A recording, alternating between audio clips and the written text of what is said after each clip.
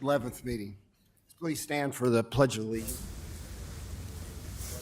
Oh, say, can you see by the dawn's early light what so proudly we hailed at the twilight's last gleaming? Whose broad stripes and bright stars through the perilous fight o'er the ramparts we were so gallantly streaming, and the rocket's red glare, the bombs bursting in air, gave proof through the night that our flag was still there. Oh, say does that star-spangled banner yet wave o'er the land of the free and the home of the brave.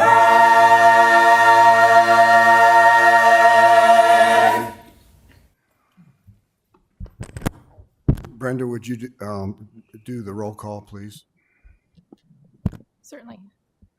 Vice President Poston, Here. Director Barnes, Here. Director Hayes, Here. Director Potts, Here. Director Ward. Here. Director Klein Jerome, can you hear us? I think she's having some issues. If Tim will work with her, Karen is trying to join the meeting virtually. And then Director Beck. Director Beck is absent. Thank you. Director Potts, would you read the mission and vision statement, please? Mission statement. The Davenport Community School District is dedicated to growing excellence in academics, the arts, and athletics for every child, ensuring the highest quality of education in an environment shaped by our diverse community, preparing our students to be lifelong learners and productive citizens. Director Hayes, would you please read the guiding principles? Yes, opportunity. We provide abundant opportunities to empower students to reach their full potential academically, creatively, and socially. Collaboration. We foster an environment that allows students, families, and community stakeholders to come together for the betterment of our students' education and future. Transparency. We share relevant and important information with our students, families, and the community to maintain open and productive communication. Superintendent Snakeloff, would you please read the goals? Today focused on goal number 1, enhance student learning, and goal number 4, foster the innovative use of finance facilities and staff. First, under recognition, we have an introduction of new administrators. Superintendent Snakeloff. Well, we've had a very busy off season, and I'm very proud to introduce our 4 newest head principals to Davenport Community Schools. So if all 4 of you wouldn't mind heading over to the podium where there is no microphone, we'll get our people introduced. Up first, we have Mike Vukovic, who's the program director for secondary schools. We have Dr. Tia Hicks. She is going to be the new principal at Harrison Elementary School. We have Ellen Weishar, who was the assistant principal at Williams, is now the principal at Williams. And we have Alec Clark, who is going to be the new principal at Truman Elementary School. And I must warn you, you do have one of your students in the audience right now. Yeah, he's off. He's going to give all the kids a full report. So what I'd ask you to do now is, starting with Vuk, if you just come up and just introduce yourselves to the board, kind of a soft introduction. Good evening. Mike Vukovic. I'm excited to be the secondary director of learning results, and coming here I was a CTE specialist last year and helped out at SMART, and so I'm excited to transition to this role. Had a fantastic day today with elementary and middle school leaders.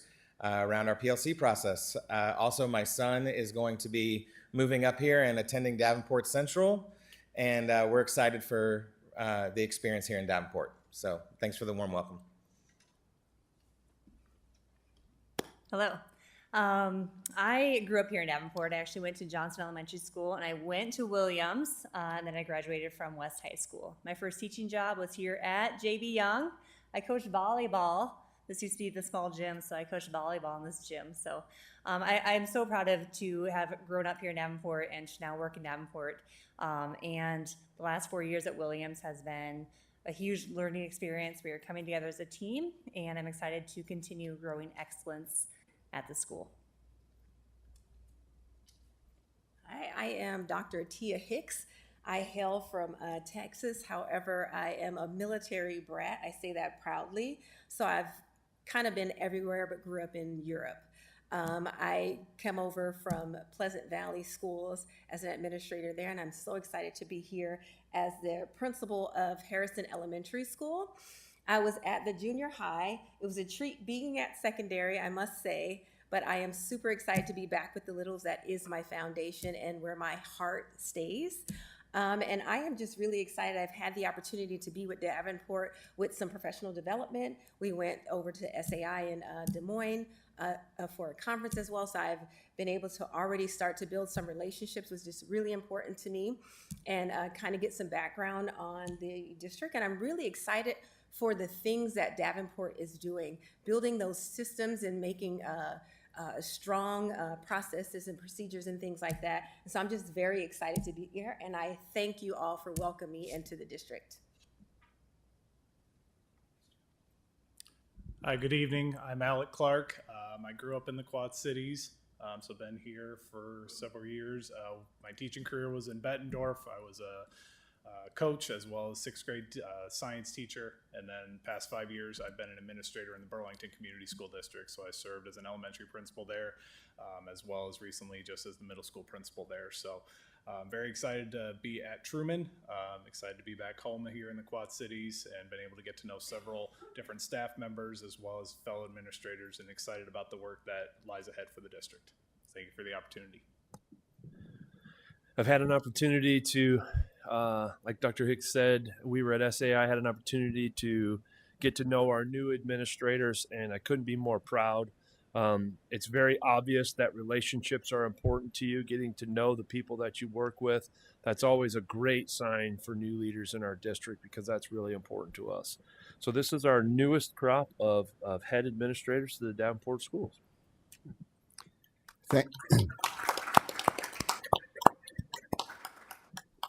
Thank you and welcome.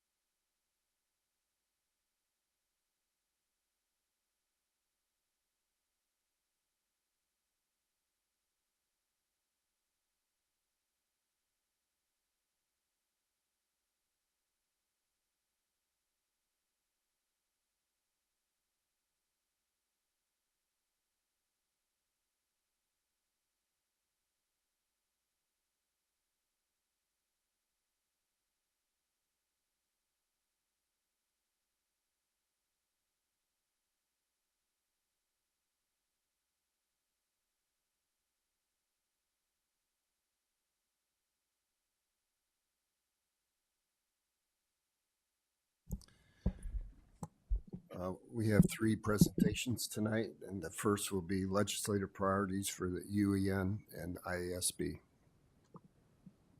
Good evening. Each year, the Davenport Community School District partners with IASB and the UEN on legislative advocacy. Both organizations have legislative liaisons that lobby on behalf of their member districts. Each summer, those organizations put out surveys to the school districts that they represent to gain feedback on legislative priorities for the upcoming legislative session that will start in January of this year. And so we will be submitting these surveys within the next week or so. And we wanted to bring forth the priorities that were identified by the legislative committee for approval by the full board. IASB is looking for the district's top 4 priorities, which were identified by the legislative committee as preschool, school funding policy, unfunded mandates, and school safety. And then the UEN had a sliding scale where you could identify a series of different priorities from low to high priority. And the legislative committee identified adequate school funding, teacher, administrator, and staff shortage, quality preschool, literacy and mathematics support and resources, high school programming flexibility, safety and security, and property tax reform as high priority areas for the district. These are broad topics that we will engage with our partners on legislatively, but the legislative committee would also like to think more specifically and tactically as for the district's priorities in the upcoming legislative session. And so we anticipate bringing back specific district priorities to the board for consideration and approval later this fall. But we're bringing these priorities to you now so that the surveys can be completed for IASB and UEN by their deadline. Thank you. So in true fashion, the Legislative Advocacy Committee, just like any other committee, does not make decisions for the school board, but we make recommendations to the school board. So at this time, we'd like to open that up, open those documents up to any feedback possible. Were we on the right path? Were we off track? For any feedback, and then that way they could be voted on right before they're due, August 15th or something like that, right? So any feedback for the Legislative Advocacy Committee at this time? So as Sarah said, Director Barnes, myself, TJ, and President Klein Jerome, as legislative committee, went through all these and came up with this recommendation. So is there anything else that would anyone like to add or comment on? In the one that's due on the 19th with the sliding scale, we identified literacy as a high priority, but on the priority selection for the top 4 or the 4 items that we think are top 4 priorities, we didn't include literacy in that list, but I think we're going to have a presentation tonight, maybe showing some of our results as well on that. And it looks like, I don't know if I'm allowed to speak to that already, but it looks like those results are either stagnant or dropping. So, is there any more consideration for literacy being one of those top 4 and not maybe swapping it with something else? I will give my response to that, and then if the superintendent or Mr. Pasha wants to join in too. I believe we had a robust discussion around that and felt that preschool was more holistic in terms of it also helps address that early literacy component. We know we are advocating strongly for expansion of our preschool programming across the state, and one of the most significant reasons for that advocacy is to help increase our literacy rate. So while not called out specifically, we do feel like those dovetail very nicely together. We also feel that the actions that the legislature would take would be implementing letters training, looking at high quality curriculums. And those were things that we have already in place. So outside of dedicating more funds to that, which isn't on anybody's radar, we thought the thing that is on people's radar is the preschool, which getting that in that level is probably one of the best interventions that we could do for our students struggling with literacy. Thank you.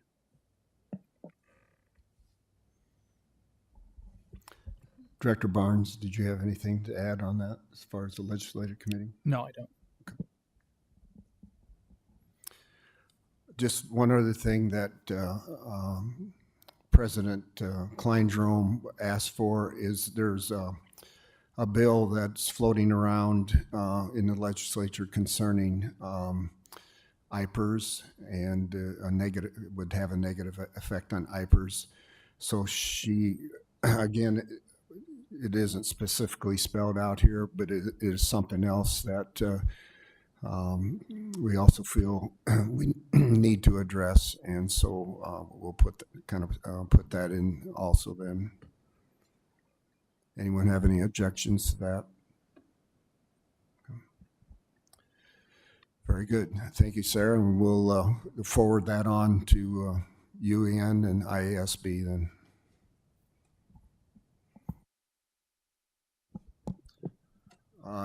Next presentation is going to be on data review. Diane is bringing her team up to the table now. So Diane, if you wouldn't mind starting us off with some introductions. Our agenda planning committee also talked about a discussion coming up in the next couple of meetings, because I feel like we've gotten off of our cadence of reviewing data.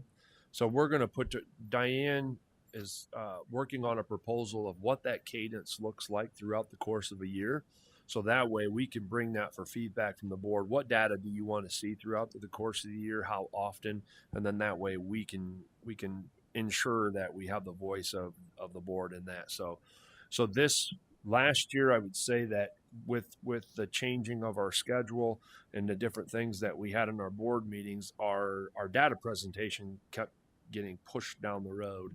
So we're really trying to put a lot of presentations into tonight, but just know that it is a part of our plan to bring forth a cadence to the school board to where we can come regularly in smaller chunks. So Diane, I'll turn it over to you if you wouldn't mind introducing your human beings that you have at the table, and we'll get started. All right, thank you so much for having us this evening. With me, we have Melissa Trimble, Jen Saxon, Kim Awalt, and Kimmy Woods, and then program directors Bonnie and Mike are here this evening with us. And our goal is to review the data presentation. And as TJ mentioned, we will be hitting several data points. The attendance team sent us one summary to highlight this evening, and then Spring Fast data, ISAS, literacy and math. We'll look at growth measure, MAP assessment, and our ISAS. So all packaged together. And really the actions that we will be highlighting this evening too are a culmination of the data and our next steps. Introductions, and the first one we'll look at is the attendance. And the attendance team has really been working hard, and at a district level, we decreased chronic absenteeism from 38% in 23-24 school year to 27.6% in the 24-25 school year. So that was a major decrease in that attendance, which is a celebration there. Our district goal was to be below the state average, and the state average was 22%, and we're still waiting for the state average for the 24-25 school year. As a district attendance team and DSAT, we set attendance goals to monitor comprehensive buildings, secondary buildings, and preschool as the data indicates they need additional targeted support. So the district team has been working hard and monitoring the data and getting systems in place so that we can stay on top of that, and then supporting the buildings as needed. The chronic absenteeism, the percentage of students who were absent for more than 10% of school days for any reason, is the definition of chronic absenteeism. So those are some of the highlights from the attendance team. Next, we will move into our FAST benchmark, and I will hand it over to Bonnie.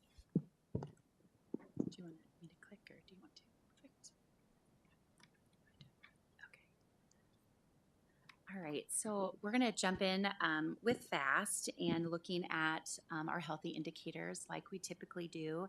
And so our growing excellence goal when we're looking at FAST for third grade is by June of 2025, 80% of all third grade students will meet the spring CBM FAST benchmark.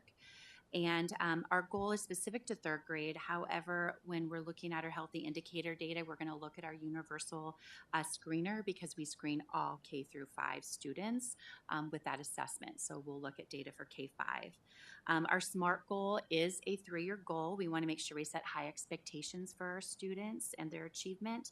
We also added a column for the state average as we want to make sure that our goal is obtainable and we're hitting progress measures along the way, ultimately reaching that goal of 80%. So you can see as a state average last year at 66% and our DCSD actual was 54%. We want to make sure that we're really celebrating our classroom teachers and really proud of their efforts with our new curriculum, understanding that Amplify CKLA was a very rigorous new curriculum that they implemented this year, and just what that really took for our administrators to create an environment where that culture allowed for teachers to take that risk and learn that new curriculum with lots of coaching and support. We wanted to make sure that we could share a little bit of research just around an implementation dip from Michael Fullen, understanding that an implementation dip is a temporary decline in performance and confidence when educators adopt a new program that requires new practices and routines. This is expected in the first year of implementing high rigorous programs such as CKLA, especially when it's fundamentally a shift in how we have taught reading in the past. Michael Fullen quotes that an implementation dip is not a failure. It's a sign that deep change is underway. And I think it's important to note that the dip reflects that there's discomfort within learning, but it's not a failure of a program. And so we'll jump into, it's talking there. Scroll, there we go. There, okay. Indicator 1. So our first healthy indicator states that 95% of our students are screened. This is really to help us see that our educators and our K-5 students are being universally screened for literacy 3 times a year. We continue to meet this healthy indicator goal. Each screening window, we monitor this indicator, which helps us make sure that we are screening at least 95% or more of our students. This data helps us know if we are collecting consistent data that we can use to examine student progress and any next steps that need to happen. Healthy indicator 2 states that 90% of students who were below benchmark during their most recent screening window will be progress monitored 80% of the time. This slide shows the overall percentage from winter to spring over the past 4 years. The graphics give the weekly progress monitoring percentages. And so you can see for 24-25 school year that we met that goal this past year. We will continue to work with our leaders with progress monitoring best practices, making sure that we're regularly collecting that data so that we can guide our instructional decisions.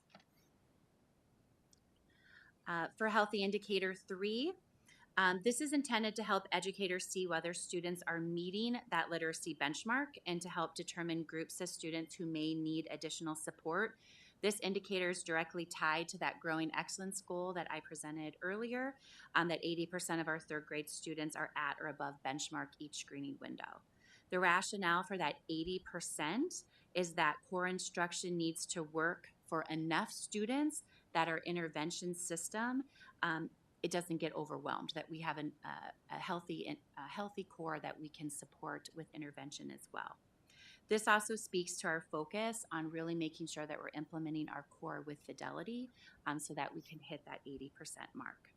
So this slide shows the previous 4 years of data on the indicator as listed above on the graph. And we just wanted to take a few minutes to celebrate some building highlights. Here you can see as a district we were at 54%, and you can see the years right below that chart for each spring where we ended.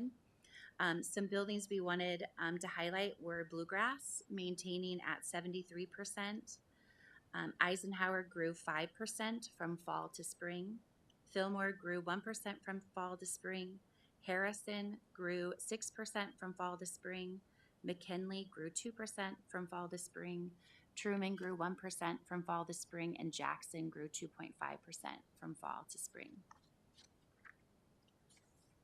We can look at this data by grade level as well. So this shows the data by grade. On the right-hand side is the percentage of students at benchmark.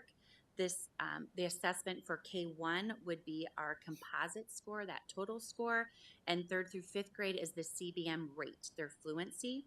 On the left-hand side, you're going to see the accuracy for each grade from fall, winter, and spring. And so we just wanted to highlight some grade level celebrations here. Looking at kindergarten, they grew from 5% from fall to spring on their composite score.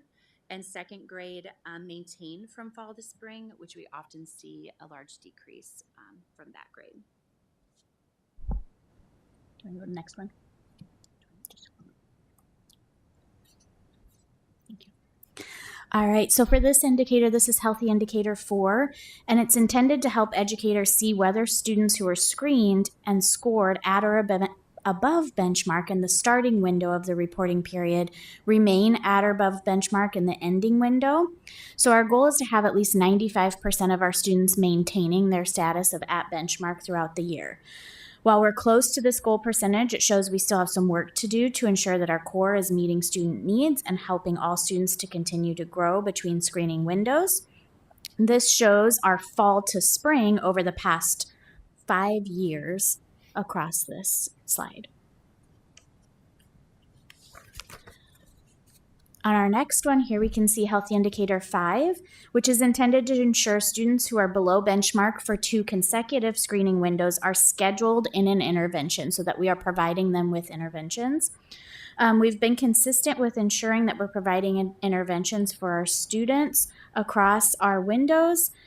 We can see the fall to winter is in the top over the past 4 years, and then the winter to spring is in the bottom over the past 4 years as well. And our last indicator is Healthy Indicator 6.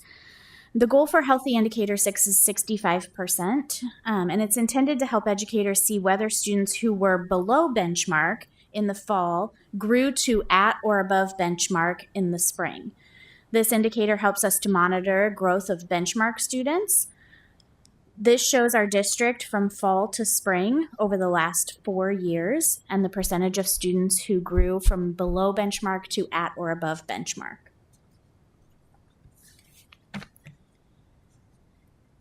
This graphic is our spring data by grade level over the past 5 years. So you can see each grade level across the bottom, and then the years are color-coded. Sometimes we find that this one is not as easy to look at. So by looking at the next slide, we can see it a little bit easier by cohort, which is really what we're trying to get at here.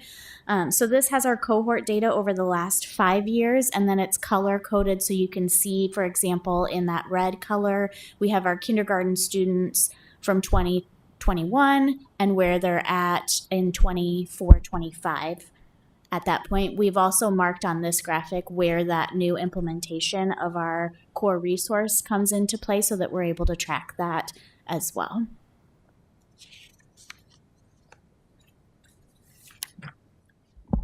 So knowing that we are starting year 2 of our CKLA Amplify adoption in year 3 of our HMH into literature, we've made and completed a lot of actions along these goals. We're going to continue to stay focused on letters professional development with every new educator as we're getting them into the district and continue to grow our learning as well. Implementing that structured literacy curriculum at the elementary level aligned to the science of reading, as well as a standards aligned curriculum at secondary.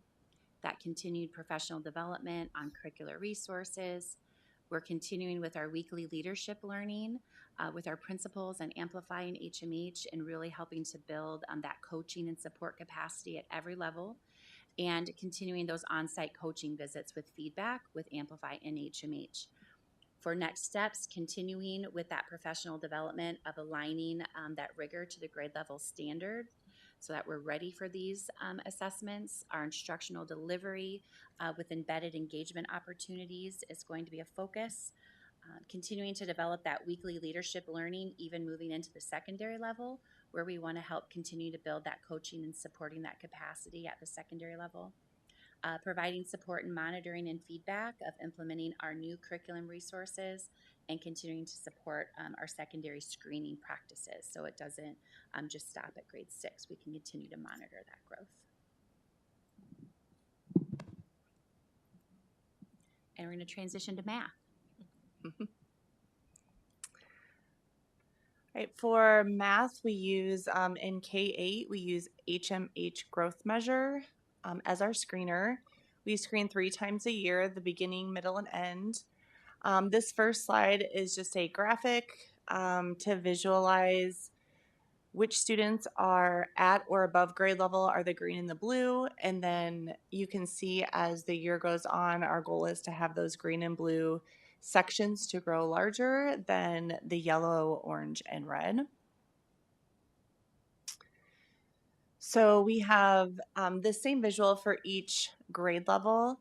With the growth measure, it's a little bit different than some assessments where when they take it at the beginning of the year, it actually is assessing them on their grade level skills that they should have by the end of the year. So what we should see is lower numbers at the beginning, but we should see significant growth as the year goes on. And so our kindergarten numbers actually were really strong. Typically started at 25% of our students were testing at grade level and then ending the year with 81% at or above grade level.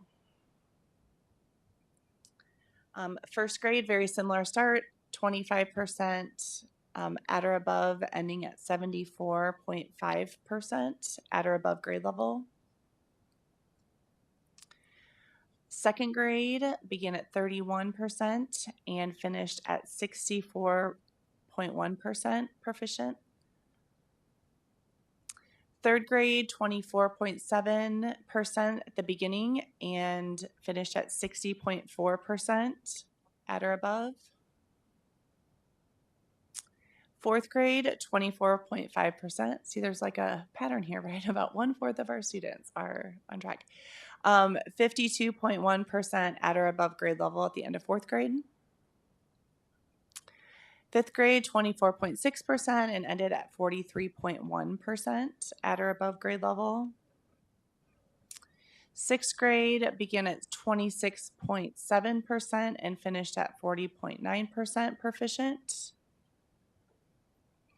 Seventh grade started at 33.4% proficient and ended at 50.3% proficient. So with eighth grade, any of our students who are in Algebra 1 as eighth graders take the MAP growth. So it's a totally different assessment than what the rest of our eighth grade students take, which makes sense why with those students removed from this test, why our starting percentage is 16.4%. And then our ending percentage is 31.5% proficient.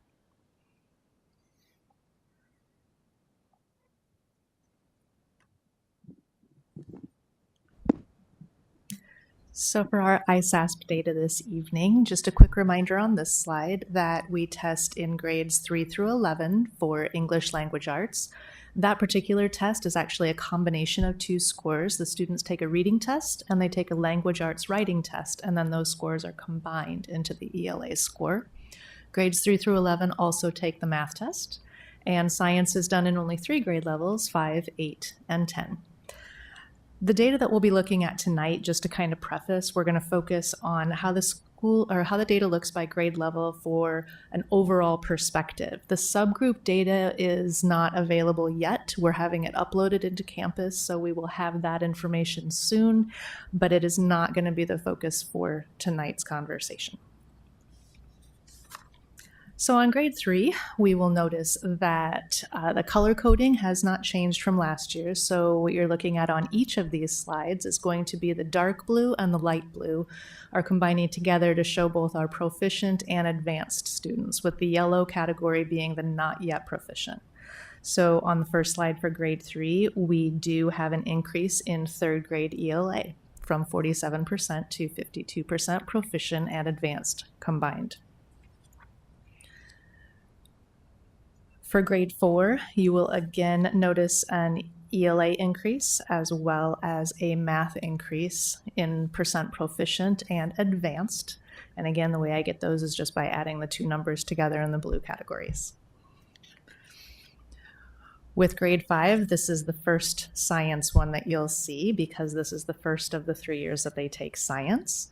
And we noticed an increase in ELA and science, and an increase, if you'll notice, in the advanced group for the mathematics component. Moving on to middle school, grade 6, we did see both a decrease in ELA and math. Grade 7, decrease in ELA with a slight increase in math. But when we get to our grade 8 slide, we are noticing an increase in all 3 categories with an actual pretty good percent jump in all 3.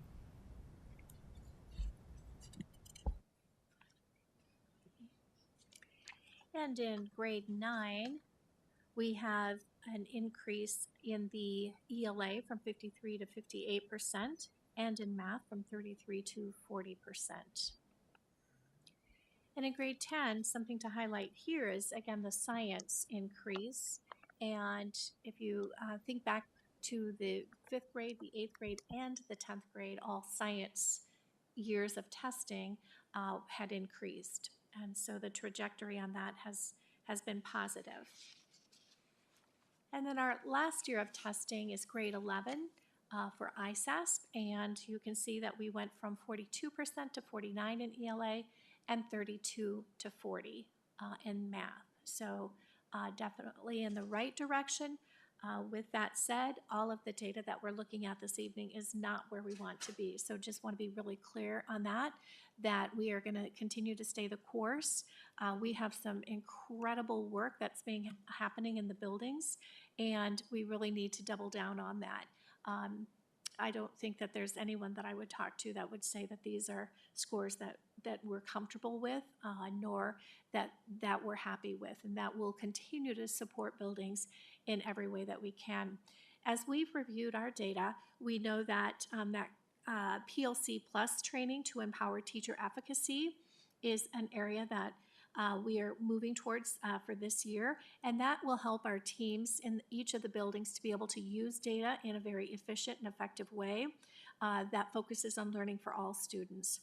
And that plus piece, when we talk about PLC Plus, it's about the teacher and focusing on that instruction and evidence of learning. And so I do firmly believe that our teachers they work hard, doing the right work, they have the right resources, and when we get that data to them on a very frequent basis that focuses on learning, we'll really begin to see the results. Another area that we started on about 2 years ago was the MTSS framework, so that we have a really strong Tier 1, strong Tier 2, and a strong Tier 3. And so that work is continuing and expanding across the district and will only get better as we support our buildings in the MTSS framework. The MTSS framework is really the cornerstone and the keystone that will move things forward so that we can see the outcomes that our students deserve. We also have, as many have mentioned this evening, the new curricular resources that are out and about in all the buildings. And the level of rigor is exactly where we need to be. One of the pieces that we have to watch very closely is that level of rigor, so that not only is the curriculum resource there, but then the instruction is there, and then our assessment is also matching that level of rigor. So there's been a lot of teachers that have come in over the summer and have worked really hard on the scope and sequence, the pacing guides, the instructional pieces. So we feel like we're going to be in a really good place to start the school year. And then the last one is having that focus on Tier 1 instruction and really doubling down on that core so that we can maintain practices and support for teachers and in a sustainable way. So with that PLC plus, the MTSS, rigor, and then that focus on tier 1 instruction is the game plan for this year, this upcoming school year.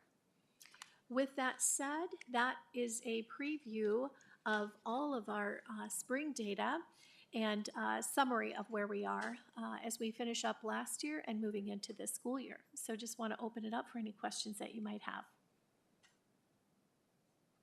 Any questions from the board? Director Barnes? Thank you for sharing all of this information. It's incredibly useful. My first question, and I don't know if there's an easy answer to this, but Bonnie, you talked about the dip and that is evidence that deep learning is occurring.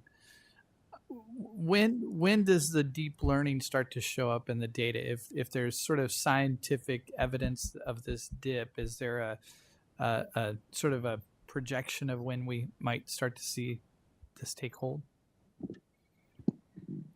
It's a great question. Never soon enough.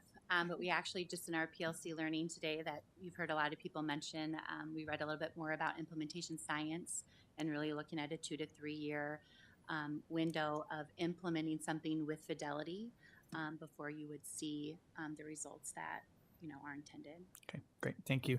I want to follow up with that too, because there is other research out there that would show that there's a 3 to 5 year change. And we just are not. There is such a strong sense of urgency. And what I can tell you and what I know to be true is that we have teams that have locked arms. I mean, I have not seen this kind of alignment and this kind of empowerment and decision-making, common decision-making coming together so that we're on the same page. I just haven't seen it in any other work that I've done or any other district. It's really inspirational. And it's that type of thing. When we have that efficacy throughout the entire district, that is going to make that 3 to 5 year be more of a 2 year in my 3 year in my opinion. Great. Thank you. That's helpful and that's good to hear. Several schools were sort of called out as places we should celebrate.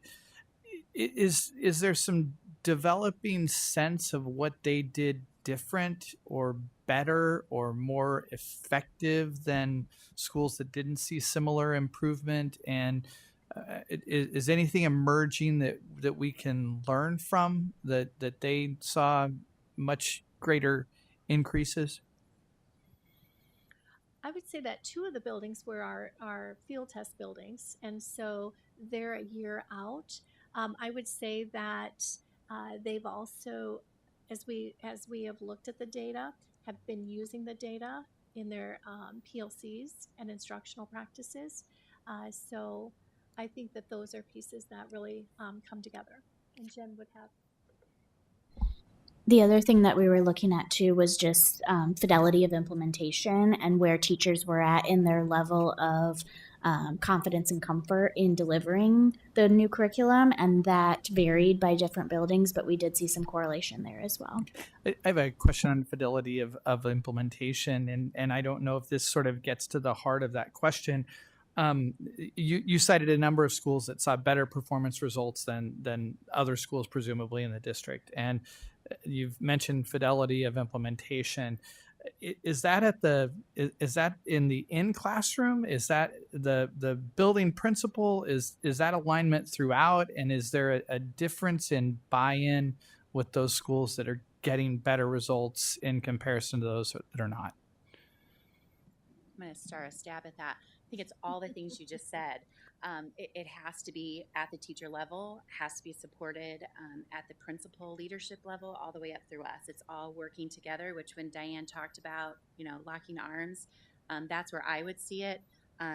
Jen and I and Kim and I being very visible in the buildings where we are monitoring and inspecting curriculum with our coaching visits. We're able to look at those look-fors. What are the components, the critical components of our curriculum that we want to see in a lesson? How are students engaging and responding to the curriculum? Being able to give that feedback right on the spot to teachers around what are some things that we're seeing that are going really well and what are some next steps we could support them with. All of that is helping to move that needle. Again, going back to creating that culture that's our leaders, right? Creating those great cultures where teachers are welcoming us into their classroom. They're wanting that feedback. They don't let us leave without talking to them about it. That's a shift. That's a shift that, I'm so proud to celebrate, because that's what you're asking. Okay, great. I'm sorry to be dominating the questions, but when is the building level data shared? I mean, we're getting summary for the whole district, but what is that? Can you explain to us what that looks like, and when that is shared? So right now we're in the process. We work with Cedar Connect or CIC, and they take our spreadsheets and put them from campus and put them in Tableau. So and as soon as that happens, which we're scheduled to have that the second week, this week of August. Okay, so most schools don't have their results. They can get their results from, but it's really raw data, Okay. and it's really a little more challenging. But as soon as we get it into Tableau, then we will share it with the principals during principal meetings. And once they have it, then they take it back to their VSATs. Great. Okay, I think my last question, and you might have to explain this to me like I'm a third grader. Why are our 8th grade Algebra 1 students excluded from the math data that you just shared? Which, I mean, that math data is really depressing. I mean, right? It just, why are they excluded? For the 8th grade, because when we adopted the Algebra 1 curriculum, the map growth was the screener that came with the curriculum. And so it was just 2 different screeners that are used. So K-8 had growth measure, and now our high school has map growth. So it's a different assessment. So every 8th grader takes a screener. It's just the kiddos that are in the algebra class take map, and the kids that aren't in algebra would take a different assessment. That was well done for a third grader. I still, I mean, this does not show well for our students, and we've got a lot of 8th graders who are at an advanced level and they're not being recognized in this data. I mean, if I were following along at home and I saw this and I was thinking about 8th grade, which of course is a transition year for many as they're thinking about school, that's concerning, just the optics for me. Sorry for so many questions. Correct. And we don't have the map data yet for that 8th grade piece. And then we're also in conversation about that alignment so that we have more of an aligned assessment practice with that piece too.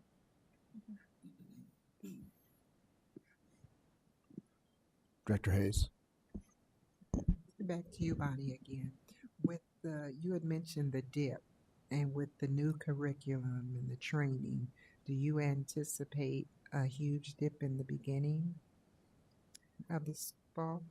Well, we were all hoping we weren't going to see it, that we were going to defeat the odds. But I think that, we want to stay encouraging and positive to our staff, because, again, we know what a huge lift this has been for this new curriculum. And, we did see a little dip, and I hope that that's the end of it. And we're going to keep charging ahead and continue to look at the trends and where we're seeing some of those positive things, continue to support and monitor. And I hope we're just going to keep moving forward.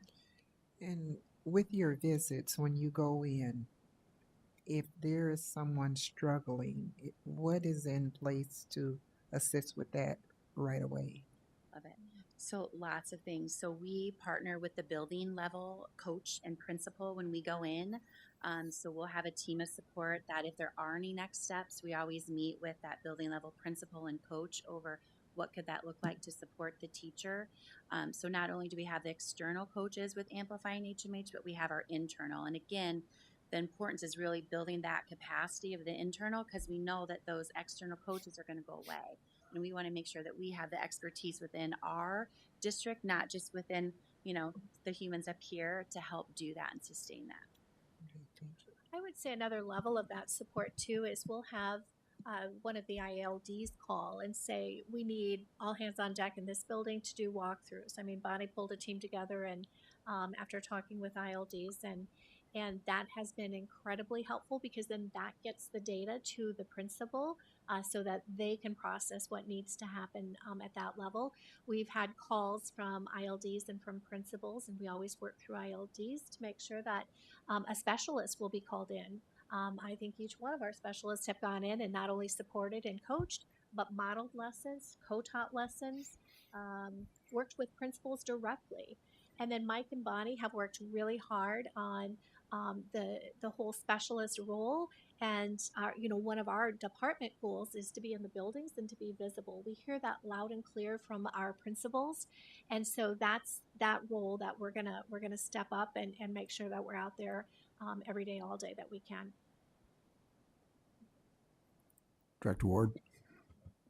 For the ELA Fast 2026, what is the goal? I saw where we ended 2025, but what's the goal for the 2026 spring? Do not have that in front of me. I'm sorry. So we like to look at that in two different levels, where we want to look at that state average as, remember, our progress measure. So that would be 66% or better. And then our 3-year goal would be that 80% goal of where we want to be at benchmark, which Growing incrementally over the next 3 years. You got it. And then with the same ELA Fast, some of the things we have completed or in progress. This is just maybe something that pings my ear, but there's 3 of the 5 items that are continue with development, continue with weekly leadership meetings, continue with on-site coaching visits. And I know that some of that implementation dipped, but if we're continuing to do those things, do we expect to reach that 26% growth, or are there different things that we're implementing as well? So when we're saying things like continue with like the on-site coaching and continue with professional development and learning, those are things that were like 3-year plans. So one of the positives I would say with the curriculums that we've purchased this year is that they weren't just one and done. We've heard in the past that we've bought curriculums and here you go, here it is, and good luck. And then 8 years later, we buy a new one. And I think a really great part of the new curriculums we've purchased have been part of a 3-year PD plan and on-site coaching for 3 years, so that we know, looking at the research, looking at what it means for implementation fidelity, this isn't just a one and done. These are things that our teachers and us need to continue to build that learning. So I think that's what you mean by the continue. And so those are just good practices we have in place that I want you to know are still happening. We're not letting go of those, even though we have some next steps we're going to continue to add. And I think To build on that. So everything that you're hearing is proven to work. Until and unless the coaching and improved instruction is being led by the individuals inside of the building, we will never get there. Places that, to answer your question, the place where the scores are moving, the principal is leading that. The teachers inside the building are leading that. The TLCS team are leading that. So where we are not seeing that growth, there may be a turnover in staff. There may be a new leadership team that's forming. Those, and I will use the word storming because that's what they're doing. They're running towards that. Until we improve the instruction that is going on in our classrooms, these numbers won't move. So that's what everything that we hear and are focused on are about, improving the understanding of our leaders of what high quality instruction looks like. And when I say leaders, I don't necessarily mean that it starts with the principal, but some of our best coaches are the person that I teach with. And so having that time to talk about improved instruction. So that's the first one. The other thing, and correct me if I'm wrong, when you get this data, it's like an autopsy report. What we need to move towards are regular doctor visits. And so we need in our buildings, we need the leading indicators of how are we doing and what adjustments can we make. And that answers your question. And when you look at, correct me if I'm wrong, that the growth measures that you have in there, are those curriculum based? Like they're from our curriculum? Yeah. So that's real-time information that our teachers are getting. How are our students doing? And the only thing that they can do is say, they need another dip. They need more of this. That strategy in your classroom worked. Let me come watch it. Those are the kinds of things that are gathering momentum. And if you look at the 3rd grade, I believe that's math, correct? they're pretty closely aligned to ISASP. They're not far off. That's when teachers get excited. When they know that, okay, this is how they're going to score on that assessment. We're starting to get some predictability about the data that we have. We're putting that on a cadence, and we're doing something about it.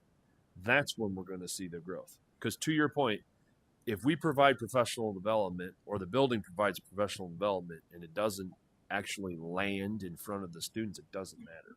And so that's everything that we're really working hard to try and focus on. The coaching sustained in the building, led by the building, and those leading indicators. How am I doing?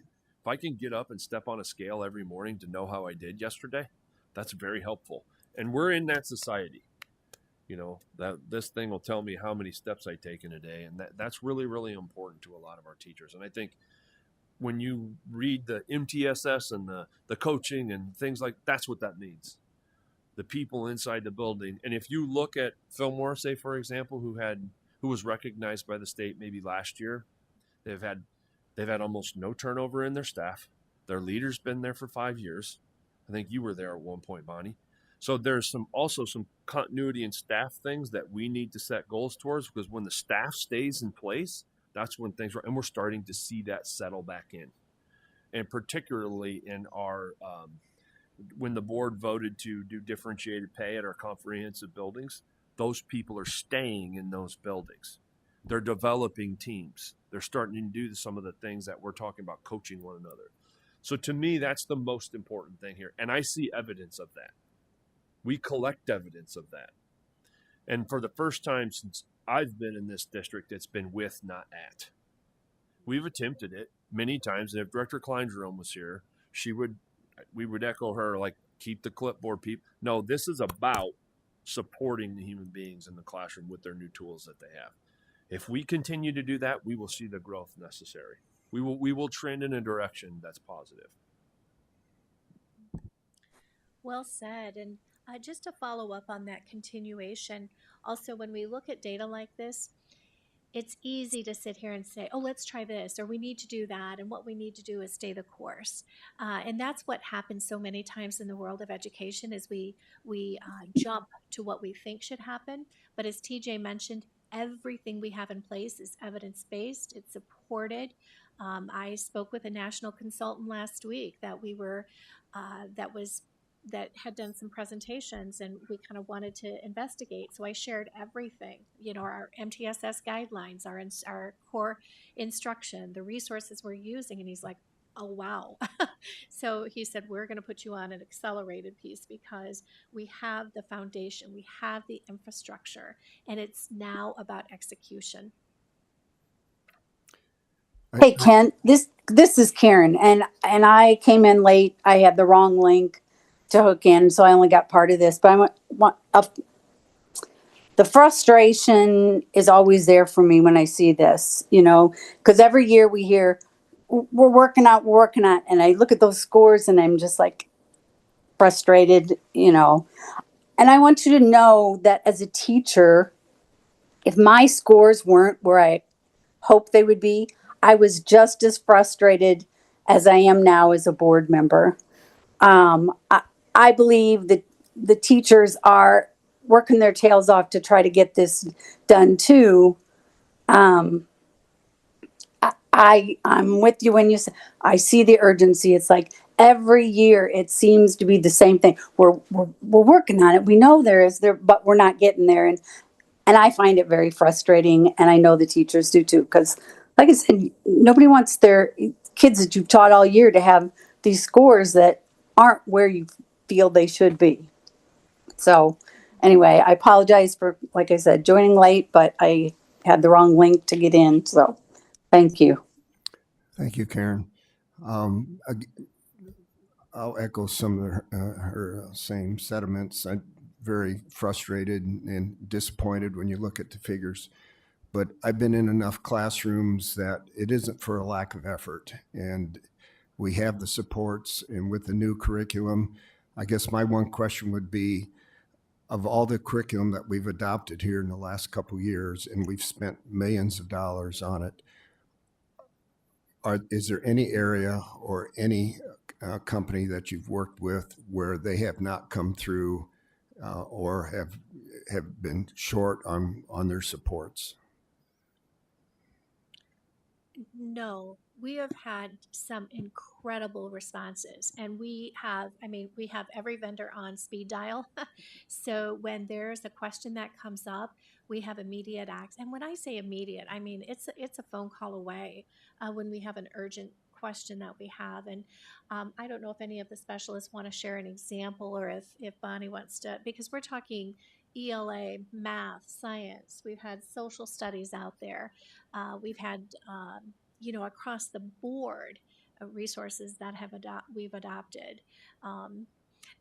CTE is an area that we're going to come back to and explore and do some more work on that. But the core content, I would say the vendors have just been absolutely fantastic. Yeah, I can add to that. Like our Amplify, we have a PD specialist that's assigned to us as a district, and we meet regularly. And anytime I have any kind of question, a teacher shoots me a question that I don't have an answer to, they are immediate in their response to me. And they have a whole team that's wrapped around us to support us and provide us with resources as we need it. So that it's been a very good experience for us. And one other thing that hasn't been brought up is again, attendance. And again, attendance is going to have a huge factor on these test scores. And so again, we've got to continue to improve our attendance. And I think that will also help with this data down the road. Any other questions? Thank you for your presentation. Appreciate it.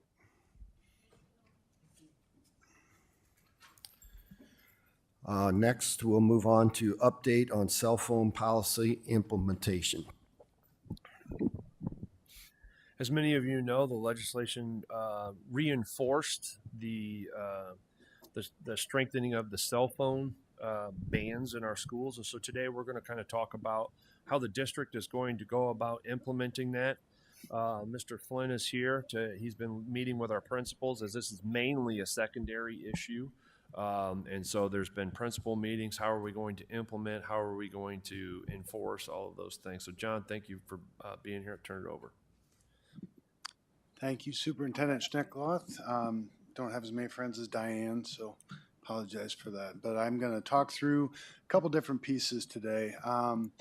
The title of the document itself is Policy Implementation, but I want to be upfront with this is, and it will be an overview of the policy that's in place, that's been approved by the board, but is really more about administrative regulations that accompany the policy, which will provide the structure for us to address student choices and student behavior both proactively and reactively. So while it says policy, it really is about admin regs. Apologize here. The two policies really that we're talking about when we get into cell phone, our cell phone policies are 504.09 and 503.09. 503.09 was established in 2025, and that's in relation to personal electronic devices. And then more specifically, 504.09 is about cell phones. Our policy matches the House file that is on the next slide very, very closely. So we'll get into some of the details there. But the big pieces to highlight from our policy are that really our policy says cell phones should not be used during the school day with the exception of high schools. And that exception is during passing time, during lunch. There's also a caveat in there for with teacher permission that you'll see in the admin regs that we want to get away from. So that is kind of the crux and the big part of our policy. There's also another section in there that talks about parent guardian requesting a student having access to a device. and we'll talk about that in a future slide as well.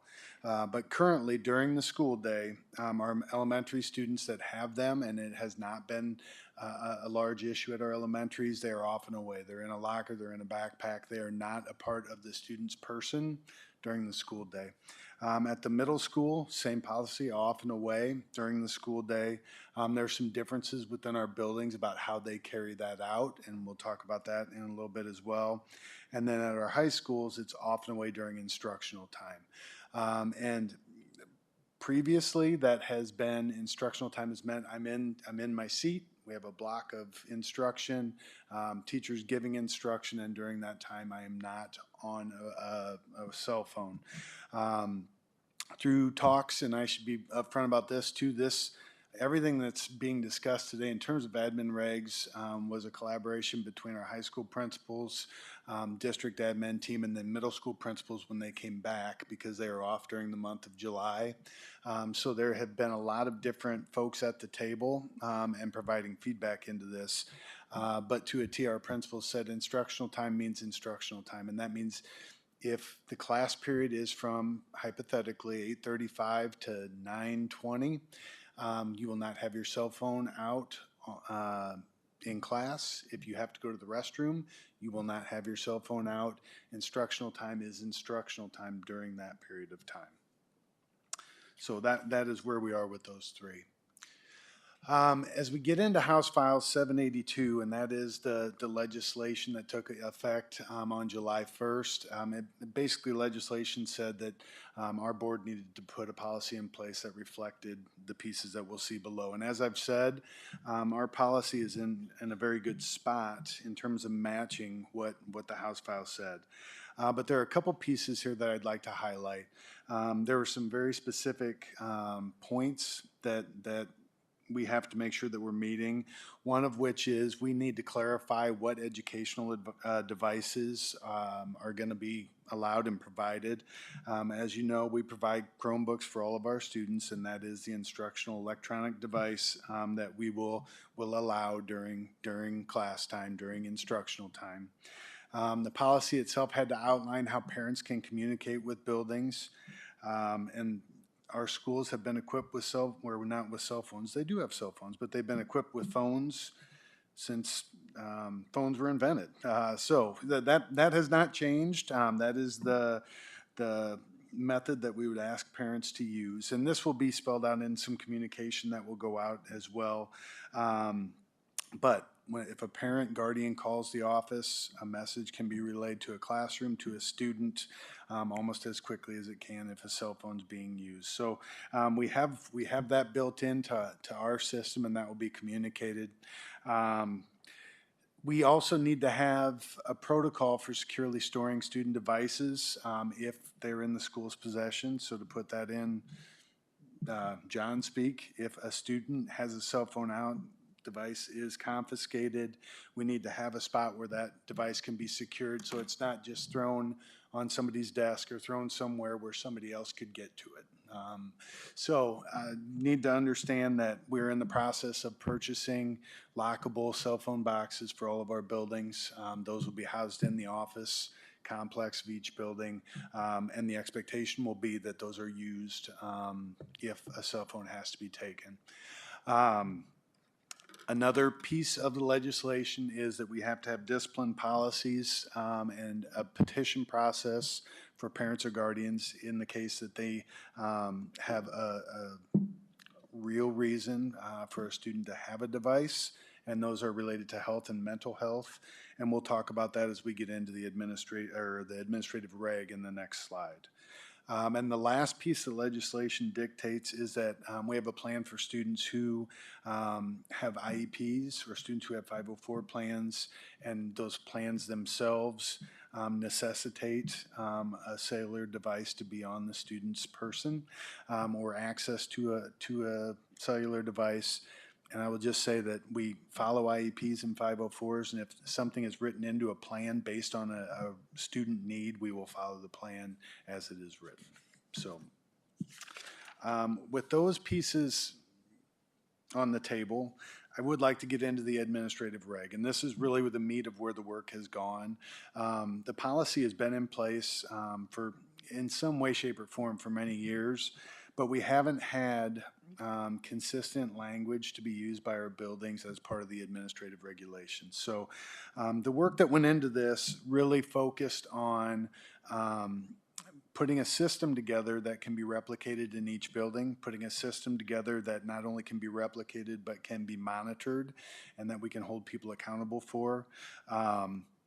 It really is built on progressive consequences, and it's built on communication and education of all involved to understand why the policies being put in place and the admin regs are being put in place. And really that is so that we can engage our students in the work at hand, so that we can engage the students in the instruction that's taking place, and so that we can minimize the distractions in the classroom as much as humanly possible.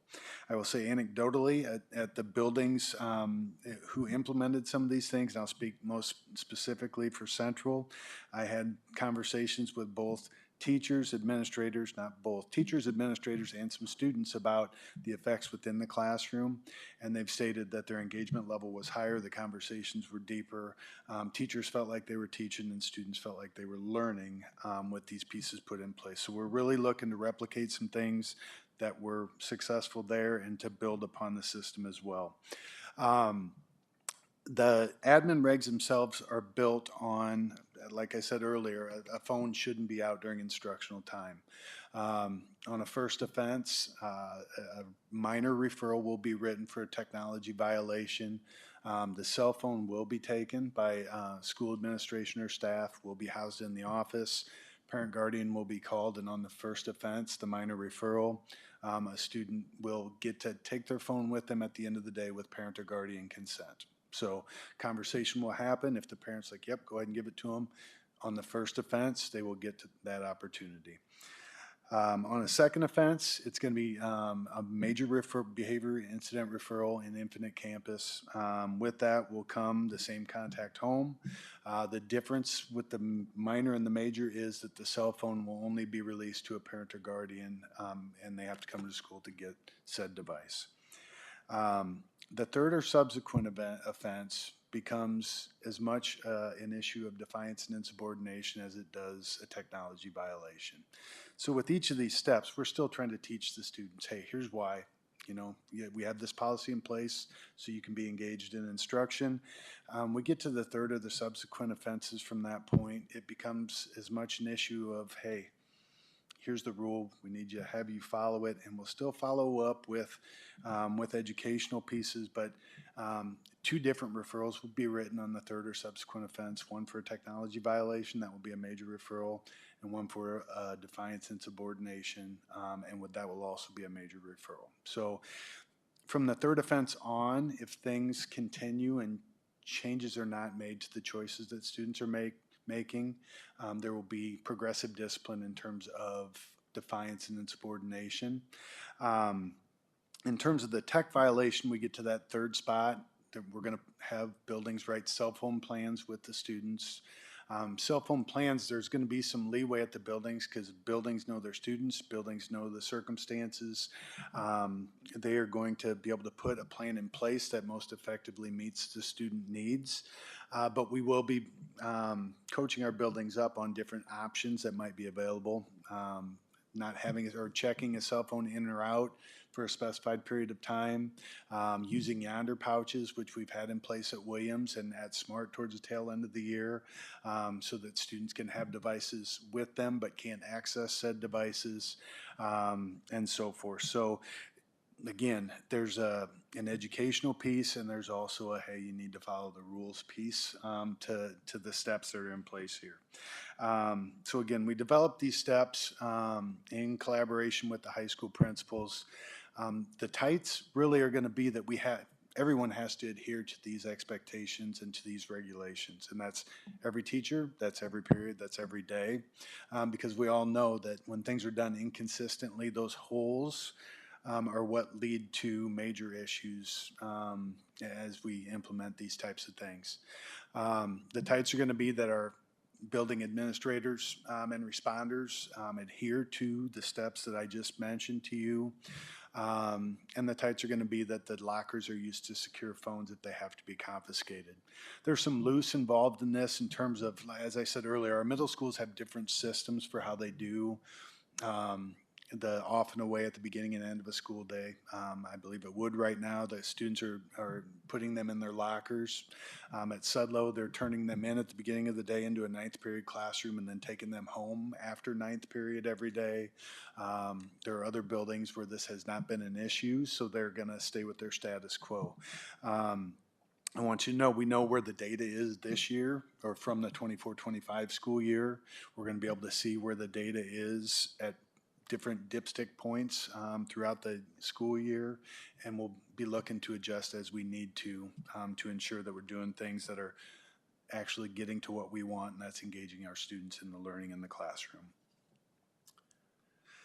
Next steps, we'll be working in the next few days to get district-wide communication out to all of our parents, guardians, and stakeholders. We'll be working to get school-based messaging in the hands of our building administrators so that they can get this to their constituencies, and also have that ready for open house and for some events that are coming up. And we'll be working to get advisory lessons together for the first week of the school year so that students are all on the same page and they're hearing the same message over and over and over again. We'll be working to ensure that research supporting why this policy is put in place is in the hands of our stakeholders, from our students to our teachers to our admin to our parents, guardians. And then, as I said earlier, we will be getting the phone lockers purchased and into our buildings as quickly as we possibly can. So, as I said, not a change to the policy, but definitely some tightening up of our administrative regulations in terms of cell phone. So really that is the presentation I have for you. I'd open it up to any questions that you have.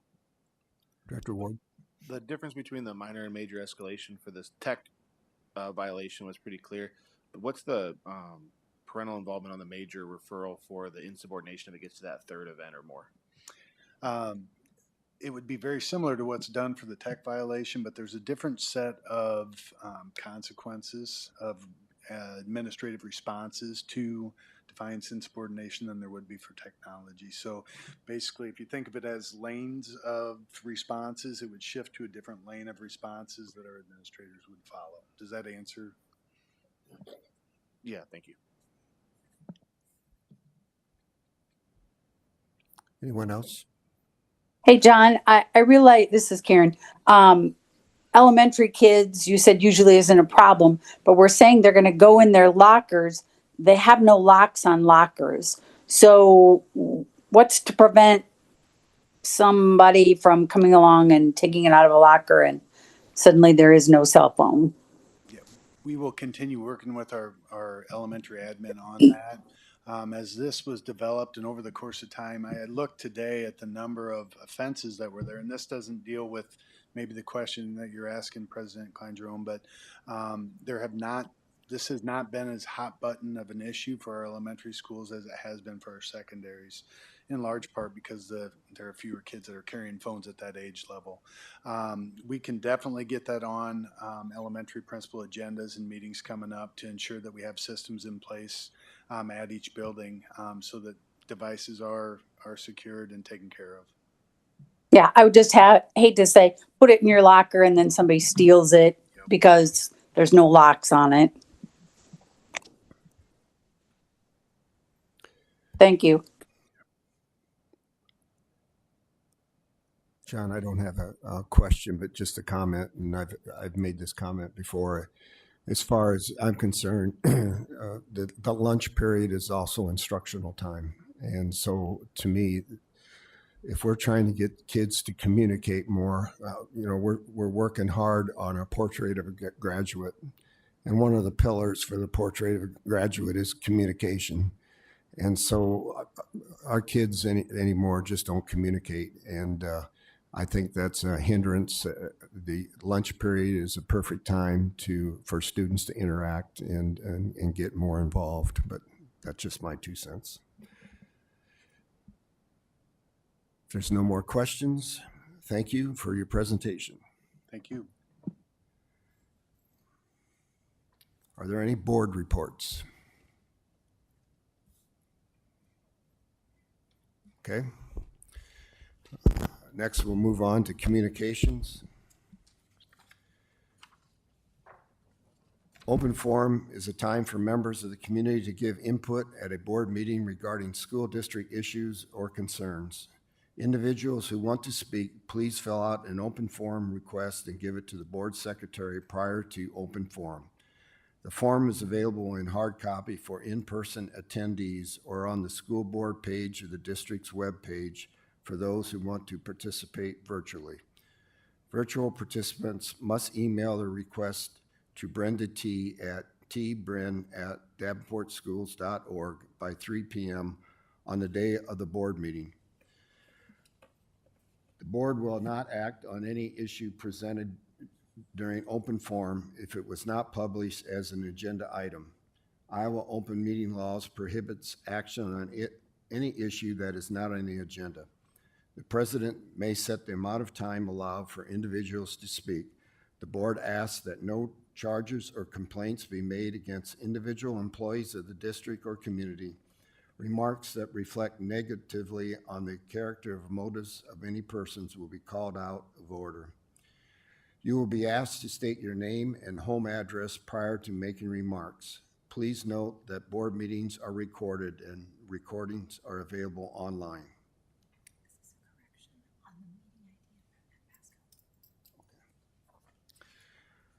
To participate virtually, call 1-312-626-6799 and enter meeting ID 913-918-1588, passcode 043554.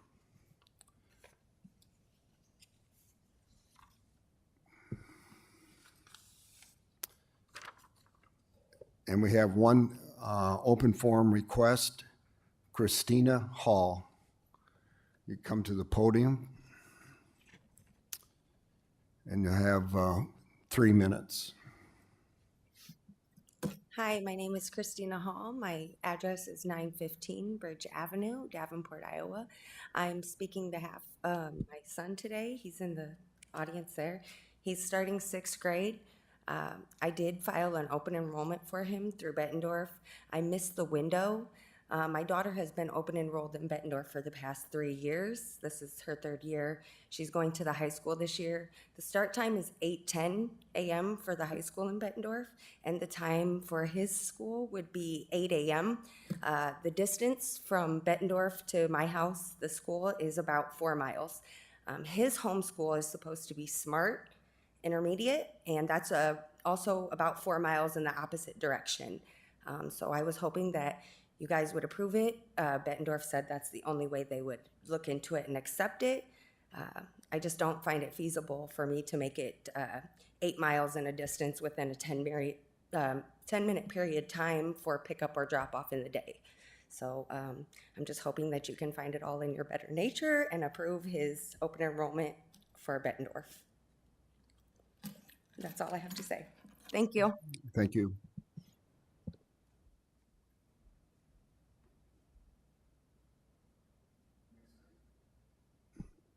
Next item on the agenda is the consent agenda.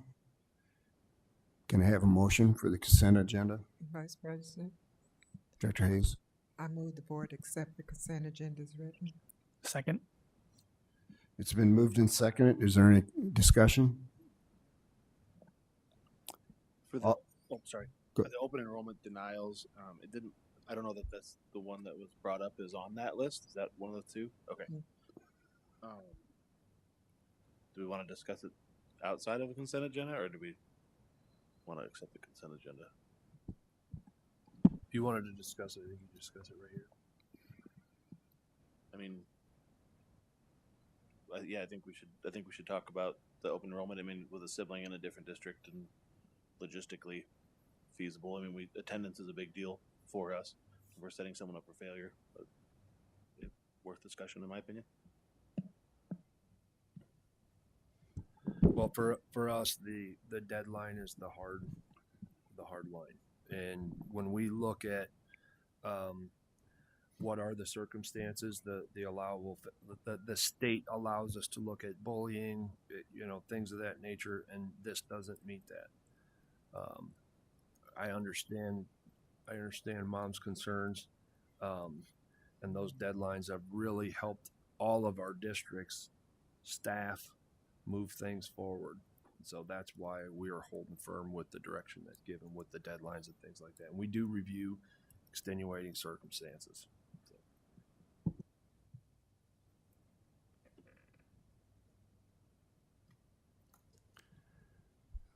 We have a motion and a second. Is there any other discussion?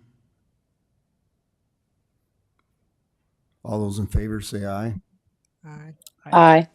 Opposed, same. Motion carried.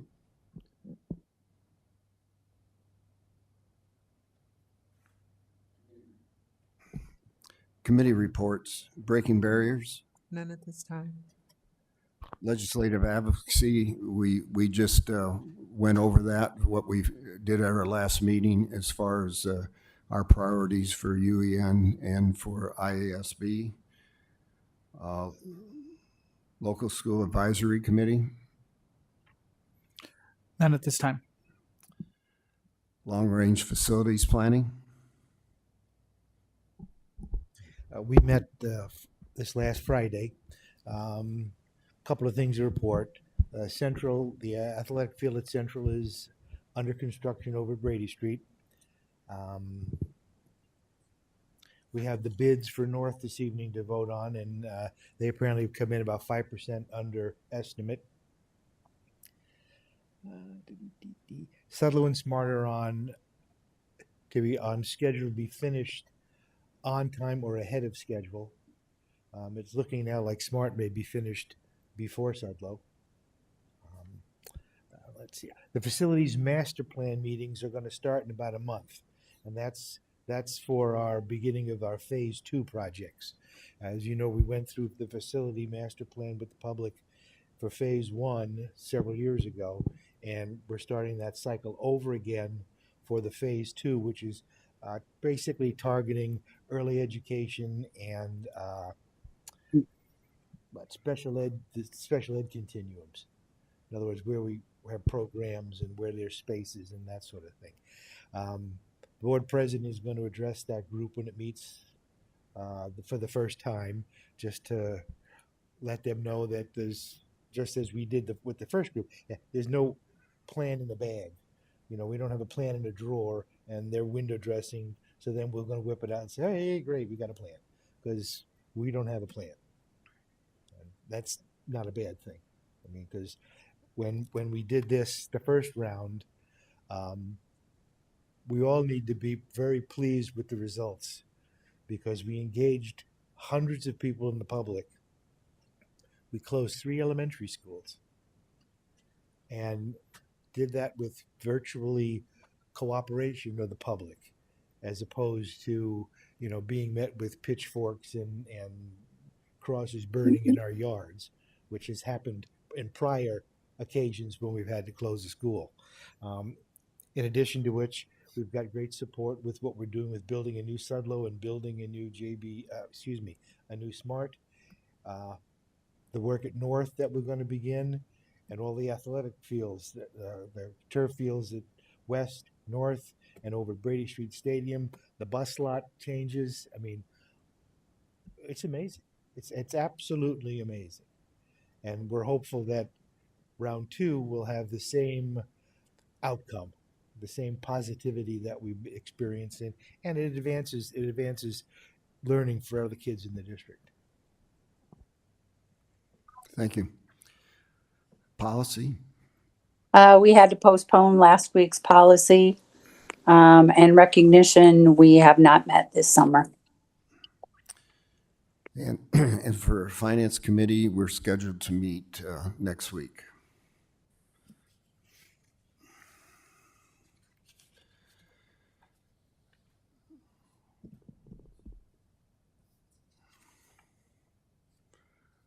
We'll move on to items requiring action. The first one is the North High School additions and renovations project. Mr. President, Director Potts.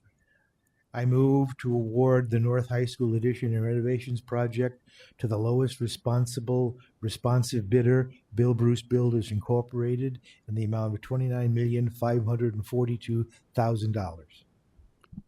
Is there a second? Second. It's been moved and seconded. Any discussion? I just have one question.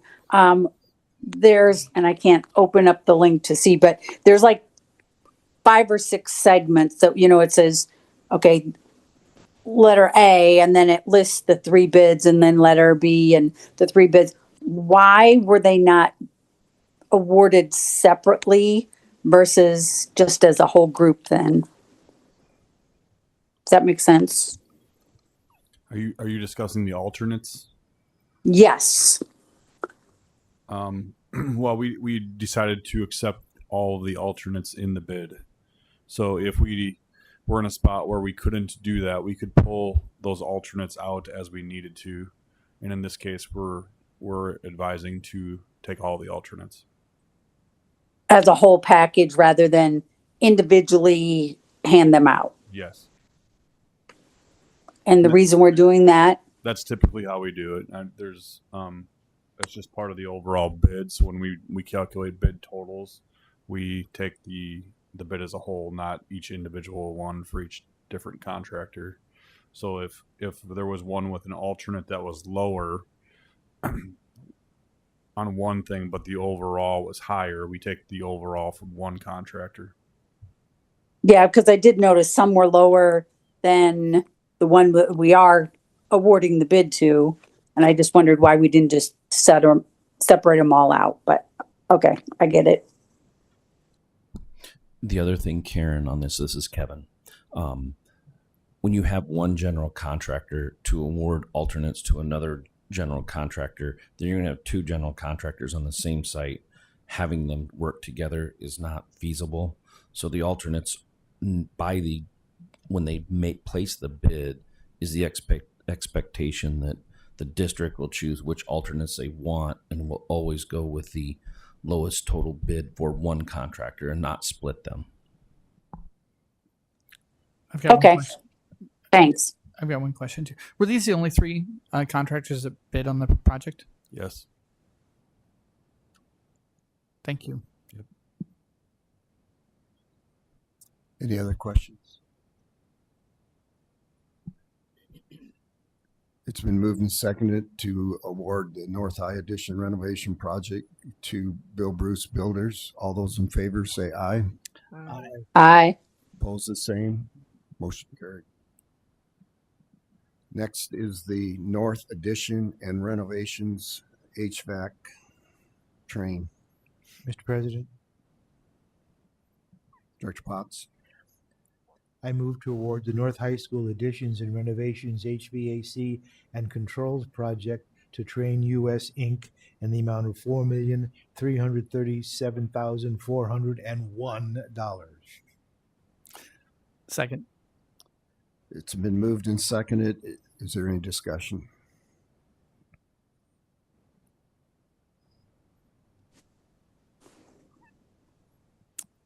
All those in favor of the motion say aye.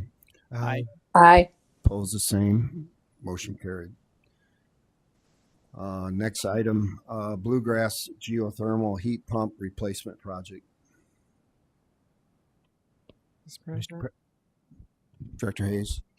I move to approve the contract with Train in the amount of I'm sorry, I don't have my glasses. $820,660 using PEPAL funds under the OMNIA agreement for the Bluegrass Geothermal Heat Pump Replacement Project. Is there a second? Second. It's been moved and seconded to approve the Bluegrass Geothermal Heat Pump Replacement. Is there any discussion?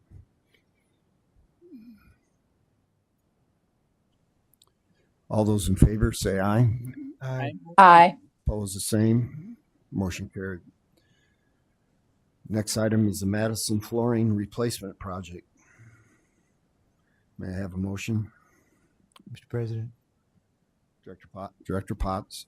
I move to approve the contract with Engineers Floors in the amount of $440,855.93 using Pebble funds on the Omnia agreement for Madison Flooring Replacement Project. Second. Second. Okay. Seconded by Director Ward. Any discussion?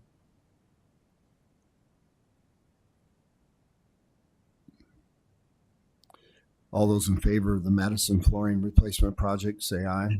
Aye. Aye. Opposed, the same. Motion carried. Next item is Madison Interior Paint.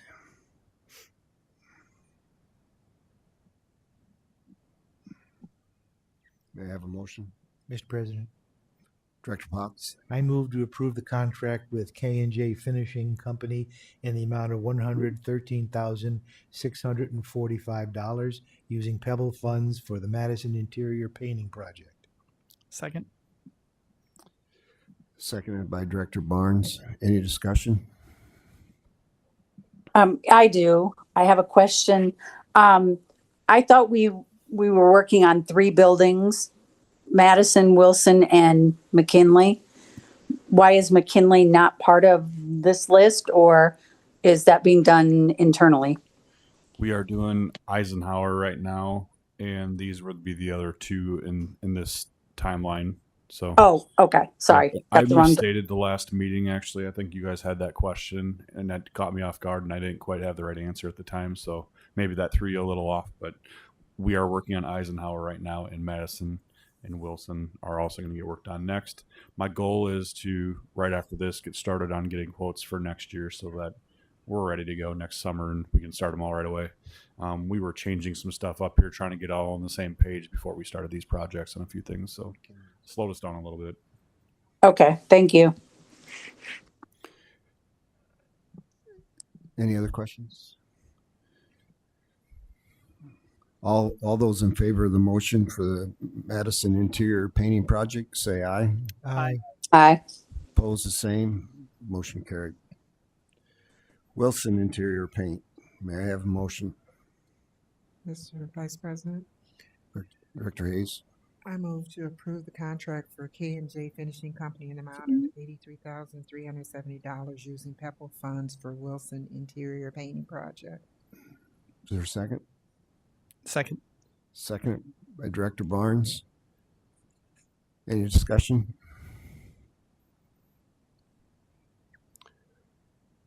All those in favor of the motion for using Pebble funds for Wilson Interior Painting Project, say aye. Aye. Aye. Opposed, same. Motion carried.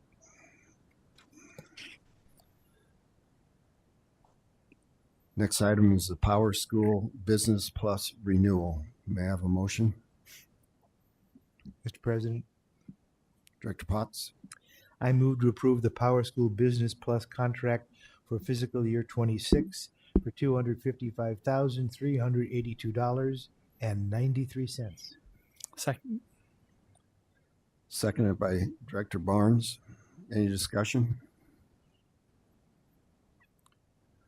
All those in favor of the motion for the Power Schools renewal, say aye. Aye. Aye. Aye. Opposed, the same. Motion carried. Item 8, purchase music curriculum. May I have a motion? Mr. President, Director Potts. I move to approve the purchase of drums and workbooks through West Music in the amount of $53,668.73 as presented. Second. Seconded by Director Barnes. Any discussion? All those in favor of the motion to purchase the curriculum resource for music, say aye. Aye. Aye. All those opposed, say aye. Motion carried. Item 9, level 1 and 2 investigators. Mr. President, move that the board approve the level 1 and level 2 investigators as presented.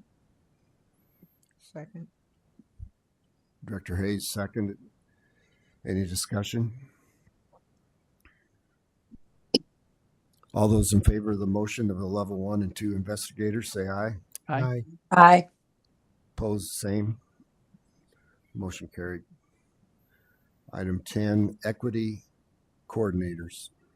Mr. President, Director Potts, I move to approve the Title IX coordinators as presented. Second. seconded by Director Barnes. Any discussion? All those in favor of the motion, say aye. Aye. Aye. Opposed, the same. Motion carried. Legislative priorities for UEN and IASB. May I have a motion? Mr. President, Director Barnes, I move that the board approve the legislative priorities for the Urban Education Network and Iowa Association of School Board as presented. Second. seconded by Director Hayes. Any discussion? Yes, I would like to make an amendment to the IASB one because I do have a line there that says, is there anything else you wanted added to the agenda for the IASB one? And I would like added to that agenda that there be no changes to IPERS on the IASB agenda. Second. You second? I did. Okay, it's seconded by Director Potts. So we'll go to the amendment to the motion. And is there any discussion? I would favor that amendment. Okay, all those in favor of the motion, say aye. Aye. Aye. Opposed, the same. Motion carried. Now, The amendments passed. Now you have to. yes, the amendments pass. Now we'll go to the original motion. Any further discussion on the original motion?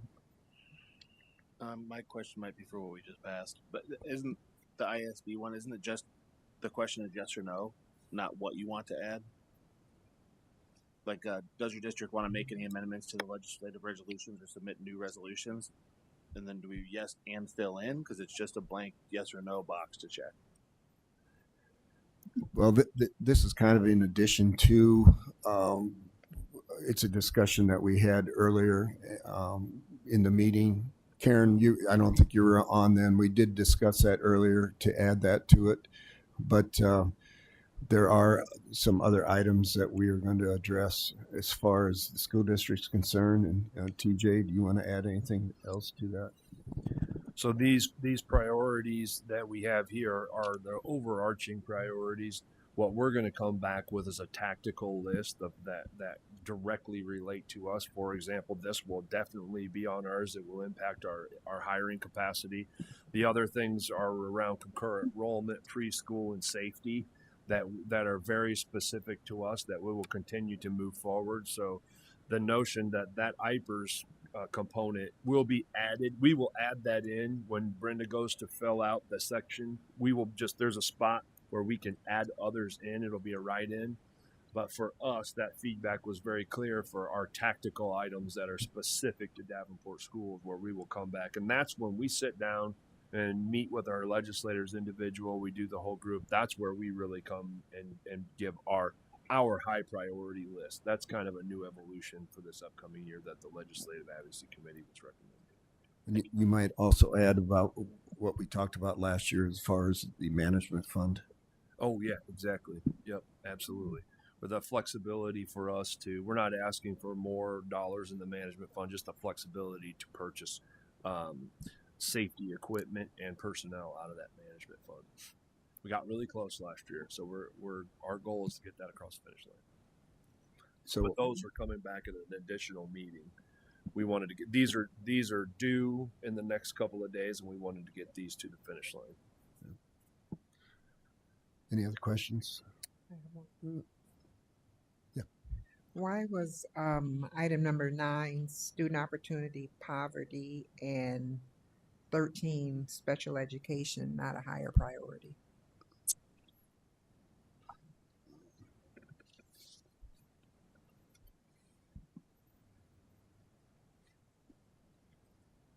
The poverty issue, I believe, is the modified allowable growth. And we are already at the highest level of dollars, the 5% that we approve every year. That initiative goes forth for districts that are stuck at 2% or 3% to get to 5%. So that's that one.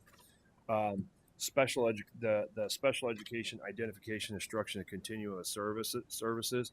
We have representatives on those committees at the state level, so we felt we were already represented in that area.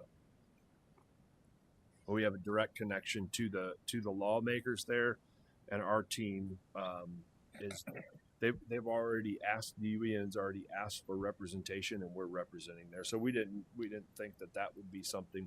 Obviously, it's a high priority for us, but we feel like since it's already being pushed, we have good representation. We thought maybe we would focus our efforts in a different area, even though that is still a high priority for us, and we hold that on high. We just felt like legislative advocacy, it would be our best interest to put them in one of these high leverage places for us.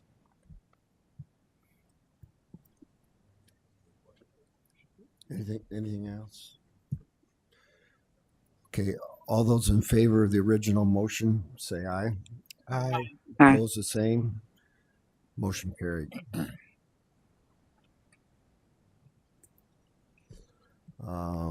Discussion items, we have none. Superintendent report.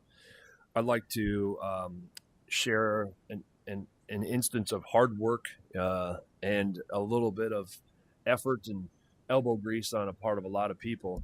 We had a major, I would call it a crisis at Davenport Central in the music room, where we had high levels of mold. Instruments were damaged and cracked due to the level of humidity that came into our building during Dead Week. I'm incredibly proud of our music staff at Central, our operations team. We mobilized, we looked at the room, we've isolated the issues of the problem there. We immediately started ordering new instruments for the first part of school, band and orchestra. We're starting on the following Monday, and fortunately, we were able to get those things moving. There was lots of elbow grease, but it kind of opened a bigger issue it opened our eyes to a bigger issue that's been at Central for a while, as there's a whole entire floor run off of one HVAC system.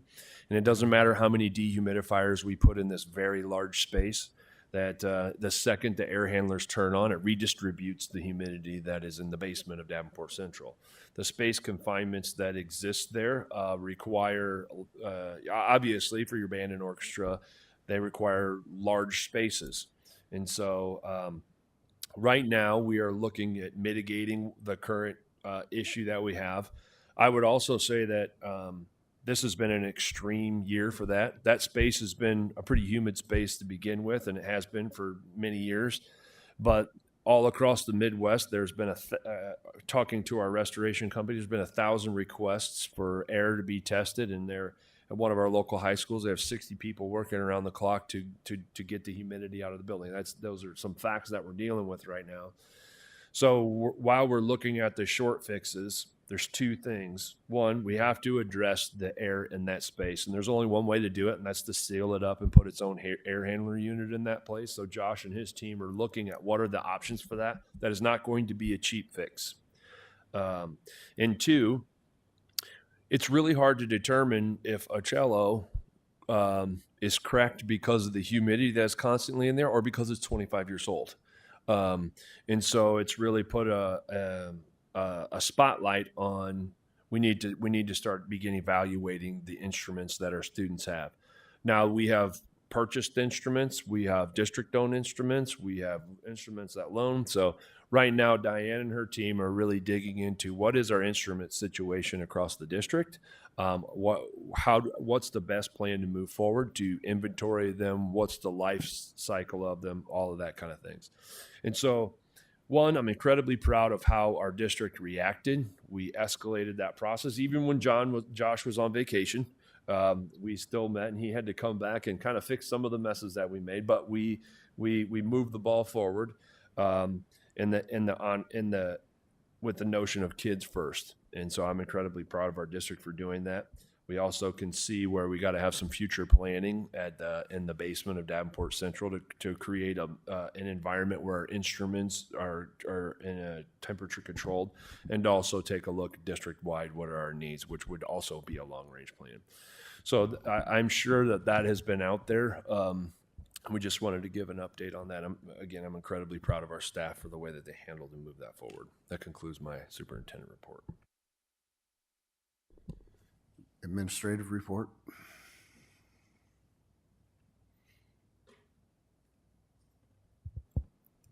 Just another reminder that the city school election will be held Tuesday, November 4th. School board members whose terms expire this year: Jake Ward, Bruce Potts, Allison Beck, and Kent Barnes. On the ballot will be 3 4-year terms and 1 2-year term. Candidate filing begins as early as Monday, August 25th and lasts through Thursday, September 18th. I've got packets ready to go. Anybody who is interested, give me a call, stop by the office, and I'll have that for you. Those need to be turned back into me no later than September 18th, and required number of signatures is 50. Thank you, Brenda. Board requests. Board reflections. President Klein Jerome, we'll start with you. I would just like to say good job, Vice President Poston, in running your first meeting.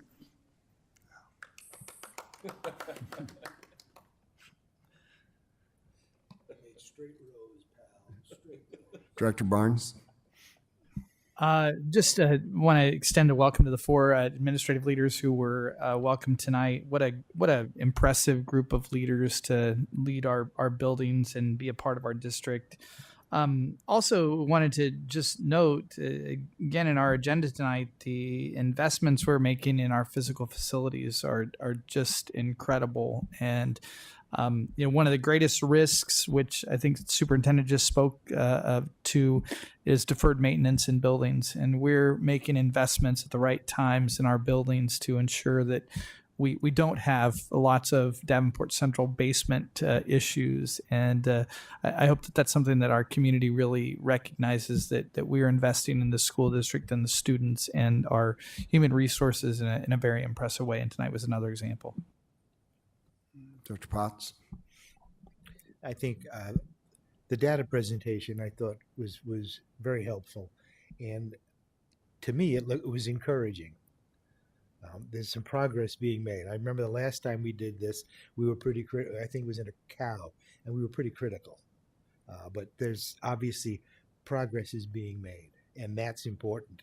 And of course, the facilities, I harp on that all the time. We're doing amazing things, absolutely amazing things, and it will have an amazing payoff down the road. Director Ward. I was appreciative of the presentations and the data review. That's one of the first times I've been through that, so definitely eye-opening for those. And the work behind the scenes on that stuff, as well as on the cell phone policy, I think that's going to be a sticky start to the year, but it sounds like they've thought through all the contingencies and got a good plan in place. So yeah, just looking forward to, I know school starts real soon. Dr. Hayes.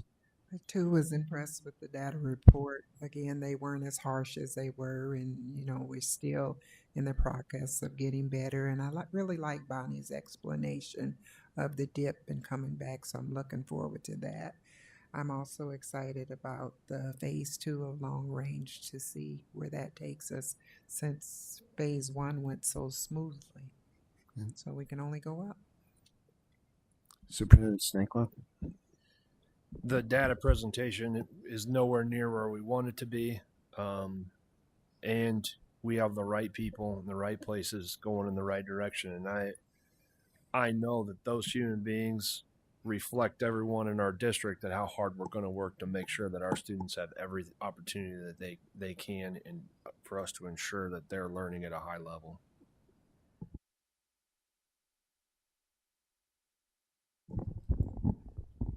And for me, the data presentation, is not maybe where we want to see the numbers, but again, when I visited buildings, teachers are working hard.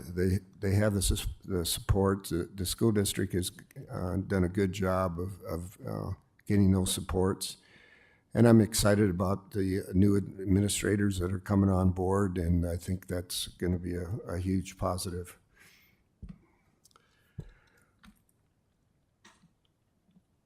Adjournment. So moved. Is there a second? It's moved and seconded to adjourn the meeting. All those in favor say aye. Aye. Opposed, the same. Motion carried.